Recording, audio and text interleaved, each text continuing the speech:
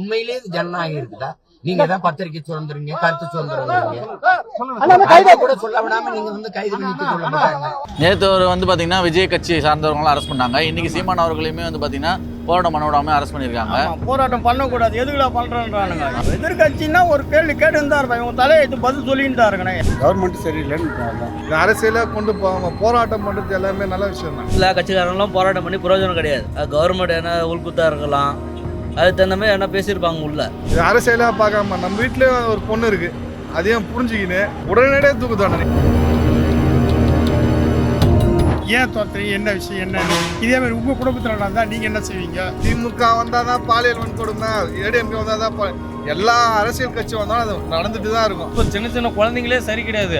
5வது 6வது படிக்கிற குழந்தைங்களே லவ் பண்ணுதுங்கப்பா. என்ன பண்ண முடியும் அதுக்கு? அப்போ வந்துட்டு அவன் மேலேயும் தப்பு இல்லை, பொண்ணு மேலேயும் தப்பு, 2 பேர் மேலேயும் தப்பு இருக்குது காமனா. அப்படின்றது ஒரு இந்தியா ஃபுல்லாக போயிடணுன்றாங்க.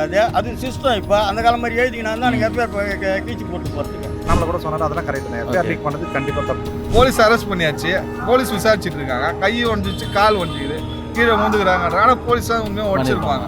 இதை உடச்சவங்களுக்கு அந்த உண்மை விஷயம் கண்டுபிடித்து பெரிய விஷயம் கிடையாது. இல்லையா அந்த தலைவராது நீ போய் ஒரு பொண்ணை போய் ரேப் பண்ண சொல்லுவாங்க. தலைவர் மேலே எந்த கட்சியான இல்லை, கட்சி தலைவருக்கு அதுக்கு சம்மந்தம் இல்லை. இந்த மாதிரி பெண்கள்கிட்ட போனாலே வெட்டி ஒருத்தனை கொண்டாதான் அந்த மாதிரி 4 பெண்கிட்ட போக மாட்டாங்க. பசங்க எப்படி இருந்தாலும் பெண்கள் உஷாராக இருக்கணும். அது மற்ற பேரை ஓய்க்கணும், அவனுங்களை ரவுடிகளை ஓய்ச்சி ஏதாவது. அண்ணா யூனிவர்சிட்டி அந்த பெண்களுக்கு வந்து பார்த்தீங்கன்னா ஒரு பாலியல் வன்கொடுமை நடந்துச்சு. அதை எதிர்த்து நிறைய கட்சிக்காரங்க வந்து போராட்டம் பண்ணிட்டு இருக்காங்க. ஆனால் அதை வந்து சிறப்பாக பண்ண விட மாட்டாங்க. அது யாருக்குமே அனுமதி தராமல் விரட்டி அடிக்கப்படுதில்ல. அதை பற்றி நீங்கள் என்ன நினைக்கிறீங்க? அது அராஜகம் இது பண்ணுறது மாதிரி தான். அவங்கள எதிர்கட்சின்னா ஒரு கேள்வி கேட்டு தான் இருப்பாங்க, இவங்க தலையை பதில் சொல்லிட்டு தான் இருக்கணும். யாராக இருந்தாலும் சரி, எடப்பாடியாக இருந்தாலும் சரி, இவங்க பொள்ளாச்சியை பற்றி பேசினாங்களா, அவங்க சொல்லிக்கணும் இல்லையா பதில்? தலையை இவங்க எதிர்கட்சின்னா இப்போ ஆளுங்கட்சின்னா இவங்க தலையை சொல்லி தான் ஆகணும். போராட்டம் பண்ணுறோன்னா அதை பேஸ் பண்ணணும். நீ அதை விட்டு போலீஸ் வச்சுனே போலீஸ் அவன் வந்து நான் அரெஸ்ட் பண்ணிட்டு எடுத்துன்னு போய் விட்டுட்டு போகிறான், அவ்வளோதான். இது உண்மைதான், பண்ணக்கூடாது, கேட்கணும், எதிர்த்து கேட்கணும். இப்போ விஜய் வந்து புதுசாக ஆரம்பிச்சுக்கிறது, அவர் கேட்கலாம், ஒன்றும் பிரச்சனை இல்லை. கவர்மெண்ட் சரியில்லைன்னு தான், வேற ஒன்றும் சொல்லுங்க. அதாவது போராட்டம் பண்ணுறாங்கன்னா கரெக்டு தான். அவங்க அதாவது நியாயம் கிடையாது போராட்டம் பண்ணுறாங்க. இந்த போலீஸ் நான் பண்ணேன், போலீஸ் நான் பிரச்சனை வரக்கூடாதுன்னு போலீஸ் தான் இருக்குது. போலீஸுக்குமே இதில் எந்த இது வெறுப்புலாம் இல்லை. இது வந்து நல்லபடியாக நடக்கணும். போராட்டம் நடந்தால் எந்த அசம்பாவிதம் நடந்துடக்கூடாது. இது சம்மந்தமாக இதையே பேஸ் பண்ணி வேறு எதனா பிரச்சனை உருவாயிடக்கூடாது. இதுதான் காரணம். இதை வந்து இப்போ எப்படி எடுத்துகிட்டு போகிறாங்கன்னா ஒரு அரசியலாக கொண்டு போகிறாங்க. இது அரசியலாக கொண்டு போகாம போராட்டம் பண்ணுறது எல்லாமே நல்ல விஷயம் தான்.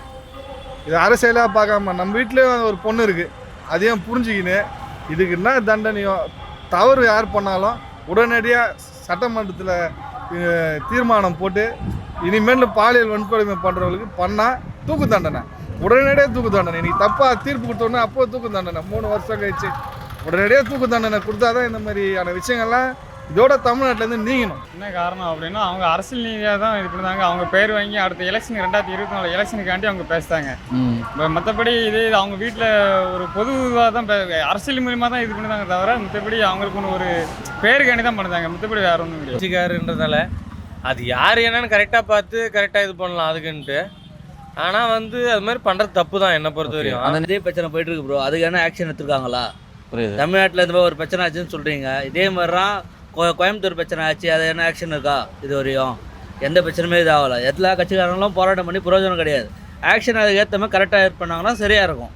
கவர்மெண்ட் என்ன உள்குத்தா இருக்கலாம், அதுக்கு தகுந்த மாதிரி என்ன பேசியிருப்பாங்க உள்ள. சம்பந்தப்பட்ட அதிகாரிங்க அரெஸ்ட் பண்ண சொல்லி உத்தரவு போடணும் கவர்மெண்ட். நேற்று வந்து பார்த்தீங்கன்னா விஜய் கட்சி சார்ந்தவங்களும் அரெஸ்ட் பண்ணாங்க. இன்னைக்கு சீமான் அவர்களையுமே வந்து பார்த்தீங்கன்னா போராட்டம் பண்ண விடாம அரெஸ்ட் பண்ணியிருக்காங்க. போராட்டம் பண்ணக்கூடாது, எதுக்குடா பண்ணுறேன்றானுங்க. ஏங்க எதுக்கு பண்ணுறேன்னு கேட்குறாங்கன்னா, நீங்கள் நடத்தா தாண்டி ஏடிஎம்கே பண்ணால் அதை பற்றி கேட்குறாங்க. இவங்க வந்துட்டு எதுவுமே பண்ணல, எல்லாமே எல்லாம் வந்து எல்லா கட்சிக்காரன். அதில் நீங்கள் ஏன் இப்போ நடக்கிறது லைவாக நடக்கிறது சொல்லுங்கள். நீங்கள் வந்துட்டு வேலூரில் நடந்தது, இதுவில் நடந்தது, வடநாட்டில் நடந்தது, அதை பற்றி ஏன் பேசுகிறீங்க? இங்கே நடந்ததுக்கு பதில் சொல்லணும், பதில் சொல்லியே தான் ஆகணும் யாராக இருந்தாலும். இதில் அதுதானே ஆளுங்கட்சி. புரியுது. ஆளுங்கட்சின்னா நீங்கள் எதுவாக இருந்தாலும் பதில் சொல்லி தானே ஆகணும். ஏன் தோற்றுறீங்க, என்ன விஷயம், என்ன இதே மாதிரி உங்கள் குடும்பத்தில் நடந்தால் நீங்கள் என்ன செய்வீங்க? யாரோ ஒன்று சொல்லிட்டு நம்ம பார்த்துட்டே போகக்கூடாது இல்லை. புரியுது. ஒன்று நடந்தால் நம்ம உறவினர் தான் நமக்கு சொந்தம் கிடையாது. நீ நான் எல்லாமே தான் நமக்கு சொந்தம். இல்லை, சிலது என்னத்துக்கெல்லாம் போராட்டம் பண்ண அனுமதி தராங்க, இதுக்கு தர தராங்க ப்ரோ. அதில் வயலன்ஸ் ஆயிடுச்சுன்னா புரியுது. வயலன்ஸ் ஆயிடுச்சுன்னா இப்போ அது பெரிய பிரச்சனையாக மாறிடுது. இந்த பிரச்சனை புதுசாக ஒரு பிரச்சனை கிரியேட் ஆகும். இப்போ அந்த பிரச்சனையில் ஏதோ ஒரு அடிதடி நடந்துச்சுன்னா அப்போ அதுக்கப்புறம் அது பெரிய பிரச்சனையாக போகும். ஞானசேகர் மேலே அவருக்கு மேலே தூக்கு தண்டனை கொடுத்துட்டா அவர் பின்னாடி ஏதாவது ஒளிஞ்சிட்டு இருந்தால் அதை கண்டுபிடிக்க முடியாதுல்ல. ஒளிஞ்சிட்டு இருந்தால் அதுதான் போலீஸ் தீர்மானம் கண்டுபிடிச்சிட்டு இருக்காங்க. யார் தப்பு பண்ணாலும் அந்த தக்க தண்டனை உடனே நடந்தாதான் இந்த பிரச்சனை வந்து குறையும். திமுக வந்தாதான் பாலியல் வன்கொடுமை, ஏடிஎம்கே வந்தாதான் எல்லா அரசியல் கட்சி வந்தாலும் அது நடந்துட்டு தான் இருக்கும். இது என்ன பண்ணனா முழுக்க உடனடியாக தூக்கு தண்டனைன்னு ஒரு 2-3 கொடுத்தா அடுத்த வரவங்க பயப்படுவாங்க. கொஞ்சம் பயப்படாம இருக்கிறதால தான் இது பிரச்சனை. அதே மாதிரி இதுக்குள்ள வந்து யாரோ ஒருத்தர் 3வது நபர் இருக்காரு, திமுக சார்ந்தவர் இருக்காருன்னு சொல்லிட்டு பேச்சு அடிப்படுது. யார் அந்த சார் அந்த மாதிரி எல்லாம் போயிட்டு இருக்கு. அது வந்து அது வெளியே தெரியக்கூடாதுன்றதுக்காக இந்த மாதிரி பண்றாங்கன்னு நினைக்கிறீங்களா? நீங்க இருக்கலாம், அது உண்மைதான். அது யார் அந்த சாரு அப்படின்ட்டு இவனுங்க ஏற்கனவே சொன்னாங்கல்ல, இவங்க பேசினாங்கன்ட்டு ஏற்கனவே சொன்னாங்க. அது இப்போ நேற்றுல இருந்தா யார் அந்த சாருன்னு இவங்க கத்திங்க கிடக்குறாங்க. அதுக்கு முன்னாலே வந்து போட்டு அதெல்லாம் இவங்களாம் அந்த இதெல்லாம் பேசுறதுக்கு முன்னாலேயே யார் அந்த சாருன்ட்டு அப்போ கேட்டிருந்தாங்கல்ல. புரியுது. இது இப்போ 2 நாளாக தாங்க இது நடக்குது. இது நடந்து 6 நாள் 7 நாள் அதான் அவர் வந்து அவர் அரெஸ்ட் பண்ணி கிட்டத்தட்ட ஒரு 10 நாள் கிட்ட ஆக போகுது. இருந்துமே அவர் மேல இன்னுமே ஆக்ஷன் எடுக்காம சும்மா விசாரணை சொல்லிட்டு இருக்காங்க. நீங்க ஏன்டா கையை காலை வச்சுட்டு போனீங்க? ஜட்ஜி கேட்கறாருல, நீ ஏன் கையை காலை வச்சுட்டு போனீங்க? நான் இப்போ நேரம் ஆகிட்டு வந்து இங்கே விட்டுருந்தீங்கன்னா அவர் என்னடா நாங்கள் விசாரிச்சிருப்பேன். அதனால தான் வந்து கோர்ட்டு தானாக முன் வந்து அவங்களே கேஸ் எடுக்கிறாங்க. புரியுது. உண்மைதானே அது? அப்போ நீங்கள் வந்து நான் வந்து ஆஸ்பத்திரியில் வந்துட்டு அவனை கை கால் நீங்கள் உடஞ்சிதா இல்லை தெரில, ஹாஸ்பிட்டலில் போய் படுத்துக்கினேன். அது அந்த காலத்துலேருந்தே நடக்கிறது தான். அது ஒன்றும் முடியல, நேராக போயிட்டு மாறினு போனானுங்க. அது மாதிரி இதுதான். நீ போயிட்டு ஏன் கையை காலம் வச்சுன்னு கேட்குறாரா இல்லையா? இது வந்து என்னன்னா பொதுவாக வந்து இப்படி ஒரு இப்போ இந்த கரெக்டாக இப்போ எலெக்ஷன் வரதுனால தான் இவங்க இது பண்ணாங்க தவிர மற்றபடி இது அவங்க தனிப்பட்ட முறையில் ஒரு இன்சியூவாக ஒரு அவங்க வீட்டு பொண்ணா நினைச்சலாம் இது பண்ணல. எலெக்ஷன் வரதுனால எல்லாரும் பேசுறாங்க. அதனால இந்த திமுக வந்து குறை சொல்லி இது பண்றாங்க. சொல்லி ஆளாளுக்கு ஒவ்வொரு கட்சி அவங்க பேர் வந்ததுக்காண்டி அவங்க எல்லா கட்சியுமே வந்து இது பண்ணாங்க தவிர மற்றபடி பர்சனலாக எதுவும் கிடையாது. அப்படிலாம் தெரியலனா அது வந்துட்டு நம்ம யாருமே வந்துட்டு திமுக இதில் வந்து அதிமுகன்றதெல்லாம் கிடையவே கிடையாது. யார் தப்பு செய்கிறாங்களோ அவங்கள மேலே நடவடிக்கை எடுக்கலாம். அது கரெக்ட். பெண்களுக்கு தொடர்ச்சி இந்த மாதிரி கொடுமை நடக்கலாம். அதெல்லாம் என்ன பண்ணால் ஸ்டாப் பண்ணலாம் நினைக்கிறீங்கன்னா? என்ன பண்ணலான்றதெல்லாம் இல்லை. இப்போ மேக்ஸிமம் வந்து நமக்கு நாமளே சேஃபாக இருக்கிறது தான் நல்லது. ஓகே. இப்போ வந்து காலகட்டத்துக்கு இப்போ பெண்கள் வந்து ட்ரெஸ் பண்ணுற விதமே சரி கிடையாது. ஒரு அட்ராக்ஷனாக தான் ட்ரெஸ் பண்ணுறாங்க. அப்போது மாதிரிலாம் கிடையாது. அப்படின்னு பார்த்தா சின்ன குழந்தைங்களாம் கூட பண்ணுறாங்க. சின்ன குழந்தைங்க பண்ணுறாங்கன்னெல்லாம் கிடையாது. சின்ன குழந்தைங்களையுமே ரேப் பண்ணுறாங்களே இந்த காலத்தில். சின்ன குழந்தைங்கலாம் ரேப் பண்ணுறாங்கன்னா வந்துட்டு இப்போ சின்ன குழந்தைங்களே சரி கிடையாது. 5வது 6வது படிக்கிற குழந்தைங்களே லவ் பண்ணுதுங்கப்பா. என்ன பண்ண முடியும் அதுக்கு? அப்போ வந்துட்டு அவன் மேலேயும் தப்பு இல்லை, பொண்ணு மேலேயும் தப்பு, 2 பேர் மேலேயும் தப்பு இருக்குது காமனா. அது வந்துட்டு அது யாருது என்னன்ட்டு ஒருத்தன் தப்பு பண்ணுறான்னா யார் என்ன அது கரெக்டாக விசாரிக்கணும். புரியுதா? நம்ம பொண்ணு இது மாதிரி ஆகிப்போச்சு, பையன் தான் தப்பு பண்ணிருக்கோம், பையன் மேலே மட்டும் ஆக்ஷன் எடுக்கக்கூடாது. ஒருவேளை பொண்ணு கூட தப்பு பண்ணிருக்கலாம்ல. அது 2 பேரையும் கூப்பிட்டு தீர விசாரிச்சாதான் நமக்கு டீட்டெயில் கிடைக்கும். அது ஒன்று, அது எது ஒன்றும் இல்லைன்னா நம்ம தெரியாமல் எது ஒன்றும் சொல்ல முடியாது. ஆளுங்கட்சி இப்போ இருக்கிற கட்சின்னு பார்த்தீங்கன்னா ரொம்ப கஷ்டம். புரியுது. ஏன்னா போலீஸ் ஃபுல்லாக அவங்க சைடு தான். அவங்க என்ன சொல்ல அவங்க செய்ய போகிறாங்க. நம்ம சொல்லி இன்னும் பிரயோஜனம் கிடையாது. நடைமுறையும் வராது. வேற ஸ்ட்ரிக்டாக ஒரு ஏதாவது நல்ல ஒரு ஆஃபீஸை அந்த ஆஃபீஸை போட்டாலும் சரி, அவங்க ஆட்சியில் ரொம்ப கஷ்டம். அது ஃபேக் ஐடின்றாங்க, எல்லாம் சொல்லிட்டு இருக்காங்க ஃபேக் ஃபோட்டோ இது அப்படின்ட்டு. அது என்ன பண்ணுறாங்க இது பண்ணுறாங்க அரசியல் தான் தெரியும். அது எஃப்ஐஆருமே லீக் பண்ணாங்க இல்லையா போலீஸ் சைட்லேருந்து? ஆமாம். அது எப்படி இது வரைக்கும் நடந்ததே இல்லை, புதுசாக இருக்குல்ல? அது தெரில, அது எப்படின்னு புரியல. அது கவர்மெண்ட் சம்மந்தப்பட்ட விஷயம். அது அவங்க தான் பேசி முடிவு எடுக்கணுமா? அது அரசியல் சம்மந்தப்பட்ட விஷயம். ஒரு எஃப்ஐஆர் காப்பின்றது ஒரு இந்தியா ஃபுல்லாக போயிடணுன்றாங்க. அது சிஸ்டம். இப்போ அந்த காலம் மாதிரி எழுதிக்கினா தான் நீங்கள் எஃப்ஐஆர் கீச்சு போட்டு போகிறதுக்கு. அது மாதிரி இருக்கும்போது நீங்கள் அதையும் வெளியே விட்டுங்க. அதுக்கும் பதில் சொல்லலை. கேட்டால் இவர் கமிஷனர் ஒரு பதில் சொல்றாரு, கோவை செய்யும் ஒரு பதில் சொல்றாரு. இருக்கிற மந்திரி அந்த கைது ஆனார் குணசேகர் வந்து பாத்தீங்கன்னா திமுக சார்ந்தவர், இளைஞர் அணி சேர்ந்தவர். அதனாலதான் இந்த மாதிரி அவங்களை பாதுகாக்கிறாங்க. அதனாலதான் சொல்றேன். அதான் காட்டி நிற்கிறானுங்களா. சால்வ போடுறாரு இவனுக்கு. ஏன்னா கேட்டாங்கன்னா சால்வ வந்துட்டு பொதுவாக போடலாம் அப்படின்றாங்க.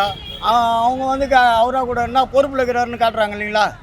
அவர் ஏற்கனவே வந்து பொறுப்புல இருக்காரு. அது அடிமட்ட தோணுனா கூட அந்த சாதிக்கு பார்த்தான்னு இது பண்ணாரு ஒருத்தர். குட்கா இல்லை, அதான் போதைப் பொருள். அவரு அந்த அயல நாட்டு இதுன்றது அந்த அவனை கைது பண்ண பிறகு தான் தெரியுது எல்லாருக்கும். அயலகம் ஒரு என்னது அது ஒரு பொறுப்புன்ட்டு இருக்கிறாங்க. ஆனால் திமுக அயலகண்டு இருக்குதுன்ட்டு தானே அதை தானே பேசுறாங்க பொதுமக்கள். விசாரணை பண்றாங்க. இப்படி எஃப்ஐஆர் லீக் ஆச்சுன்னா 4 பெண்ணை முன் வந்து பெண்கள் வந்து கொடுக்கறதுக்கு பயப்படுவாங்க தானே, கண்டிப்பா அதுக்காக கூட இப்படி பண்ணிக்கலாமா? அது அதை பத்தி கேட்குற அண்ணாமலை கூட சொன்னாரு, அதெல்லாம் கரெக்ட் தான். எஃப்ஐஆர் லீக் பண்ணது கண்டிப்பா தப்பு. ஓகே, அதில் யாரும் நம்ம குறை சொல்ல முடியாது. இந்த மாதிரி தொடர்ச்சியாக தமிழ்நாட்டில் வந்து இந்த பாலியல் வன்கொடுமை நடந்துட்டு இருக்கு பெண்களுக்குலாம், அதுக்கெல்லாம் என்ன தீர்வாக இருக்கும், என்ன மாதிரி ஸ்டெப் எடுக்கலாம் நினைக்கிறீங்க? என்ன தீர்வுனா, அதாவது என்னன்னா, என் பேர் வந்து வான்மாமலை, எனக்கு வந்து ஊர் வந்து திருநெல்வேலி. ஓகே, இதே வந்து எங்கள் சைடு ஊர் திருநெல்வேலி மாவட்டத்தில் இப்படி நடந்தது அப்படின்னா, இது வந்து பர்சனலாக வந்து இப்போ அரசியல் ரீதியாகிறதுனால அவங்க வந்து கட்சி மோட்டிவேஷன் இந்த எலெக்ஷன் வரதுனால அவங்க வந்து இது பண்ணுறாங்க. இதே என்னோட சைடில் அப்படின்னா கண்டிப்பான முறையில் அது வந்து கொலை தான். அவங்க வெட்டி கொன்னாதான் அப்படி நாலமாக தான். ரெண்டாவது இந்த மாதிரி பெண்கள்கிட்ட போக மாட்டாங்க, இந்த மாதிரி நடக்காது. நம்ம ஊர் திருநெல்வேலி இந்த மாதிரிலாம் இருக்குமாண்ணா? அதிகமாக நடக்குமா இந்த மாதிரி? திருநெல்வேலியில் இந்த மாதிரி கண்டிப்பாக வந்து நடக்கும்னா வந்து ஒரு சில பேர் பண்ணாங்க. அதேமாரி இந்த அரசியல் தான். ஆனால் தனிப்பட்ட முறையில் இப்படி நடந்தது திருநெல்வேலி நடந்ததுன்னா கண்டிப்பான முறையில் இதுக்குள்ள வெட்டி கொண்டுருவாங்க. ஆமாம், அதுதான் எங்கள் செயல். இந்த மாதிரி பெண்கள்கிட்ட போனாலே வெட்டி ஒருத்தனை கொன்னாதான் அந்த மாதிரி நாலமாக நாலு பெண்கள்கிட்ட போக மாட்டாங்க. இதான் போனா அவங்கவுங்க உஷாராக இருக்கணும் பெண்களே, அவ்வளோதான் மெயின். பசங்க மேலே தப்பு இல்லைன்னு சொல்கிறீங்களா? பசங்க எப்படி இருந்தாலும் பெண்கள் உஷாராக இருக்கணும். என்ன வந்து இருந்தாலும் பசங்க கரெக்டாக உஷாராக இருக்கணும். ஆண்கள் நல்லா பேசுகிற மாதிரி தான் இருக்கும், பெண்கள் தான் உஷாராக பாதுகாப்பாக இருந்துச்சுன்னா அவங்க வைப்பு நல்லாயிருக்கும். ஏன்னா எல்லாருமே நடவடிக்கை எடுக்க வேண்டியது தானே. இது முக்கியமான இது இல்லை. இது ஒரு இந்த தமிழ்நாட்டில் இதுமாரி அந்த எந்த மாநிலமும் ஒத்துக்காது இல்லை. கண்டிப்பாக எல்லாமே கண்டன் தான் தெரிவிப்போம். எதிர்கட்சி இல்லை, எல்லா கட்சியுமே கண்டன் தான் தெரியும். பெண்களுக்கு தொடர்ச்சியாக இந்த மாதிரி தமிழ்நாட்டில் நடக்குது இல்லைண்ணா, அதுக்கு என்னென்ன தீர்வாக இருக்கும், என்ன பண்ணால் தீர்வாக இருக்கும்? அது மற்ற பேரை ஓய்க்கணும். அவனுங்களை ரவுடிகளை ஓய்ச்சா தான் அது முடியும். ரொம்ப குறும்பு பண்ணுறோம், மற்ற பேர் ஓய்ச்சா தான் அதுக்கு ஒரு நடவடிக்கை போலீஸு சரியாக எடுக்கல. அவ்வளோதான் திட்டம். புரியுது, அரசு சரியில்லை. நான் என்ன சொல்கிறேன்னா, ஒரு ஆளுங்கட்சி எதிர்கட்சி கேட்டு இருந்தா இருப்பான், பொய் கூட சொல்லுவான் எதிர்கட்சிக்காரன். நீ பதில் சொல்லி தான் ஆகணும். அதை கட்டி நீ பேத்தின்னு போலீஸை வச்சுக்கின்னு போய் இப்போ மாறுபாட்டம் பண்ணும்போது வயலையும் மடிக்கலாம், இதெல்லாம் பண்ணுறதுலாம் வேலைக்கு ஆகுது. அது அந்த காலத்துலேயே வந்து பண்ணுவாங்க. அந்த காலத்துலேயே வந்துட்டு ஆர்ப்பாட்டம்னா நைட் ஒரு நைட்டு தூக்குவாங்க. இப்போனா போன பிறகு தூக்குறானுங்க.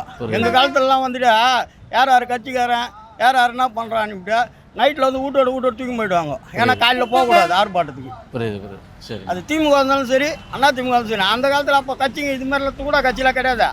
இப்போ கண்ணுக்கு தெரிஞ்ச 1000 கட்சி ஆகி போச்சு, 1000 பேர் பண்ணுறான். அப்போ 4-5 கட்சி இருக்கும்போது யார் நீனா பொறுப்பில் இருக்கிறேன்னு தெரிஞ்சிடும். போஸ்ட் ஓட்டணும், நம்ம பேனர் அடிக்கிறோம்ல, அதை பார்த்துட்டு வந்து நைட் ஒரு நைட்டே தூக்கிடுவாங்க. அதை தான் இப்போ இவங்க செய்கிறாங்க. நைட் ஒரு நைட் தூக்கலை, காலையில் வரும்போதே தூக்கிடுறாங்க. போய் யாருன்னா கத்தவங்க முடிதா பாருங்களேன், கத்தத்துக்கு முன்னாலே தூக்குறாங்க. ஆனால் அவர் அரெஸ்ட் பண்ணி 10 நாள் ஆகுது, இன்னுமே வந்து பார்த்தீங்கன்னா ஆக்ஷன் எடுக்கல, விசாரணை பண்ணுறாங்க. கேட்டதுக்கு அவர் வந்து திமுகவில் இருந்தார் அப்படின்லாம் சொல்கிறாங்க. திமுகவில் இருந்தாருன்னு சொல்கிறாங்க. அது திமுகவில் இருக்கிறாரு. பட் ஆனால் யார் தப்பு போனாலும் தப்பு தானே. திமுக எந்த கட்சியில் இருந்தாலும் தப்பு தான். அவருக்கோசம் இப்போ திமுக வந்து அவருக்கு சேஃப்டி பண்ணி வச்சு இது அதெல்லாம் இல்லை. போலீஸ் அரெஸ்ட் பண்ணியாச்சு, போலீஸ் விசாரிச்சுட்டு இருக்காங்க. கை ஒஞ்சிச்சு, கால் ஒஞ்சிக்குது, கீழே மூந்துக்கிறாங்க. ஆனால் போலீஸ் தான் உண்மையாக உடச்சிருப்பாங்க. இதை உடச்சவங்களுக்கு அந்த உண்மை விஷயம் கண்டுபிடித்து பெரிய விஷயம் கிடையாது. ஆனால் என்ன சொல்கிறாங்கன்னா, அந்த ஞானசேகரன் வந்து பார்த்தீங்கன்னா திமுக சார்ந்தவர், அதனால அவர் மாட்டினா எல்லாரும் மாட்டுவாங்க, உள்ள நிறைய பேர் இருக்காங்க, அந்த மாதிரிலாம். இதை போய் யாருன்னா போய் இதை செய்யணும் எந்த கட்சிக்கார சொல்லுவாங்களா? இல்லை எந்த தலைவராது நீ போய் ஒரு பொண்ணை போய் ரேப் பண்ண சொல்லுவாங்களா?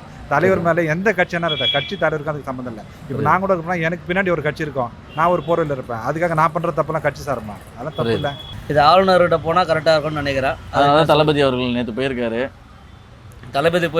அது பிரயோஜனம் இல்லாமல் வச்சது.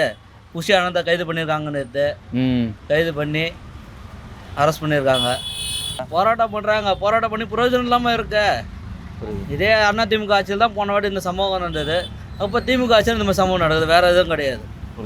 இந்த மாதிரி தொடர்ச்சியாக பெண்களுக்கு இந்த மாதிரி வன்கொடுமை நடக்கிறதுனால நம்ம தமிழ்நாட்டில் என்ன ஆக்ஷன் எடுத்தால் கரெக்டாக இருக்கும்னு நினைக்கிறீங்க? கவர்மெண்ட்டு அந்த உயர்நீதிமன்றம் தான் கரெக்டான ஆக்ஷன் எடுக்கணும். அதேமாதிரி 3ஆம் நபர் யாரோ இதில் இருக்காங்கன்னு சொல்லிட்டு கேள்விப்பட்டோம். அது என்ன நினைக்கிறீங்களா? இருக்காங்கன்னு நினைக்கிறீங்களா? அப்படி இருக்காங்கண்ணா, இருக்காங்க, அது நமக்கு தெரியல, மறைமுகமாக இருக்காங்க. எல்லாத்தையும் குறை காலத்தில் முடித்து தூக்கு தண்டனை கொடுத்தாதான் பாலியல் கொடுமை கம்மியாகும்.